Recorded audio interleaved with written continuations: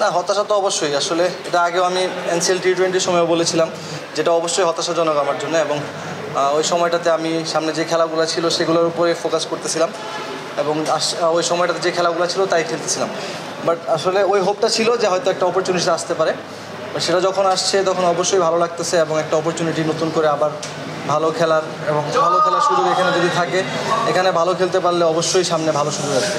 না, আসলে এটা হইতে পারে যে একটা ফ্র্যাঞ্চাইজি ক্রিকেটে হয়তো বা একটা টিম যখন মোমেন্টাম না পায় তার জন্য একটু ডিফিকাল্ট হয়। সো অবশ্যই চেষ্টা করব যে অ্যাজ এ টিম হিসাবে যদি একটা মোমেন্টাম পায় তাহলে অবশ্যই ভালো করার এখানে অপরচুনিটিস আছে, এবং টিম হিসাবে আবারও ঘুরে দাঁড়ানোর মতো একটা ওই অপরচুনিটিস তৈরি হয়ে যাবে আমার মনে হয়।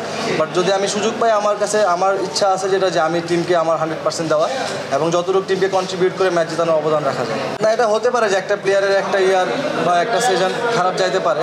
সো ওইটা নিয়ে আমি একেবারেই চিন্তিত না। আসলে আমি চিন্তা করতেছি যে যখনই অপরচুনিটিস আসবে তখন অবশ্যই ভালো খেলার, যখন সুযোগ পাবো চেষ্টা করবো টিমকে কন্ট্রিবিউট করার, এবং আমার নিজের পারফরমেন্সের দিকে অবশ্যই আমার সেই ফোকাসটুকু থাকবে যে আমি যতটুকু ভালো এখানে করতে পারবো, নেক্সটে আমার ডোরগুলো ওপেন হতে থাকবে।